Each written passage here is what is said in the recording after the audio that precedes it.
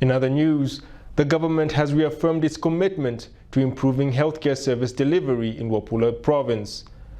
Provincial Minister Engineer Nathan Musonda pledged further support to Mansas General Hospital after conducting an impromptu inspection. So for me, these are things that we can avoid as a province, reduce on them. I know that we cannot eradicate them 100%, but with everyone's concerted effort, we can actually bring down those numbers so that we don't overwhelm. You have actually bigger challenges. Some of the ailments that require your presence, now you are dividing your time to go and see people that are getting accidents due to recklessness. So that is one issue that we're going to address. Trust me, we're going to address. And the other part is the shelter that we saw for the relatives of those who are admitted, the patients that are admitted. I think first the sanitation there doesn't permit that we should have people there. If I had the powers, I would even close it, because I went inside and saw for myself that that is inhabitable. And I think that at this hospital, you have a department which you call public health, isn't it? Public health, do we have anyone in charge of that department here?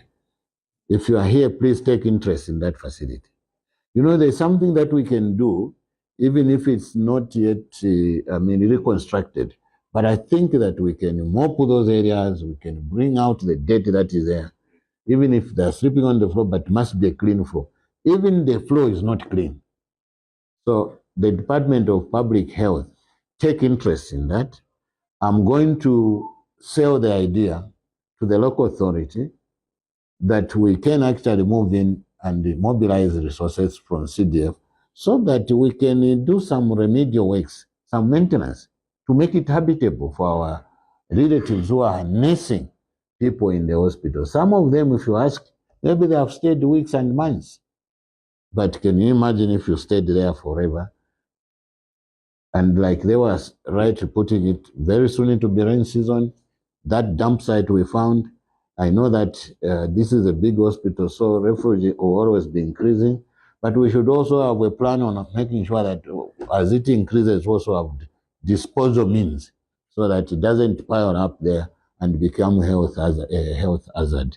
So that one, I think we can work together. CDF can actually mitigate some of those problems, because you can maintain the very building, but do some renovation.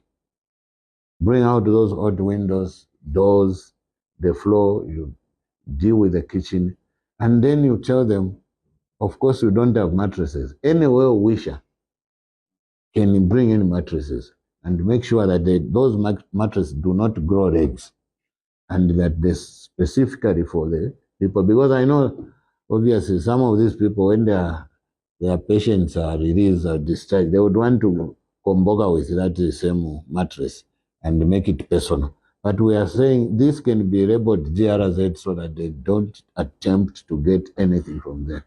We can do better through that facility. It's the same issue that I've gotten on the kitchen. The kitchen requires renovations and replacing the kitchen units.